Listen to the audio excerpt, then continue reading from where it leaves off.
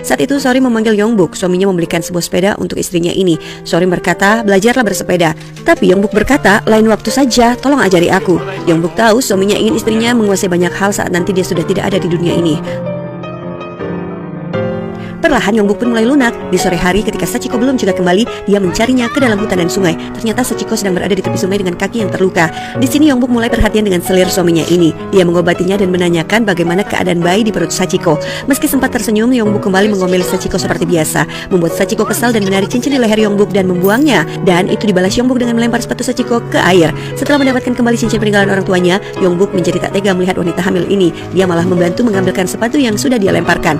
Yongbuk sebenarnya hatinya baik, tapi kejamnya hidup membuatnya nampak begitu keras. Mulai dari sini mereka pun nampak akrab seperti kakak dan adik. Dan di sini juga Yongbuk tahu bahwa gadis Jepang yang manja ini hidupnya tak lebih beruntung darinya. Ia bahkan besar di panti asuhan dan tidak pernah melihat ayah dan ibunya yang sudah meninggal sejak dia baru lahir. Sachiko lalu berkata, mari kita berteman sampai 50 tahun lagi. Kini kedua istri ini mulai menerima keberadaan masing-masing.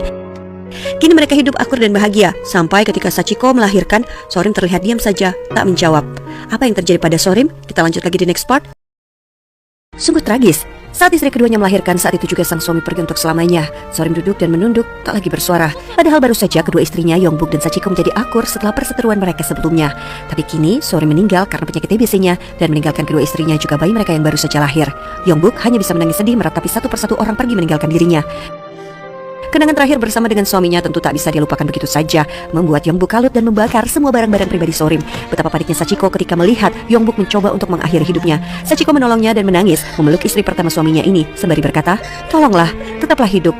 Kita akan hidup bersama, kita akan selalu bersama. Sambil menangis Sachiko memohon Yongbuk jangan menyerah pada kehidupan. Yongbuk teringat perkataan Sorim suaminya yang berkata bahwa Sorim beruntung bertemu dengan Yongbuk dan dia harap dia tidak meninggalkan kenangan menyakitkan untuk Yongbuk.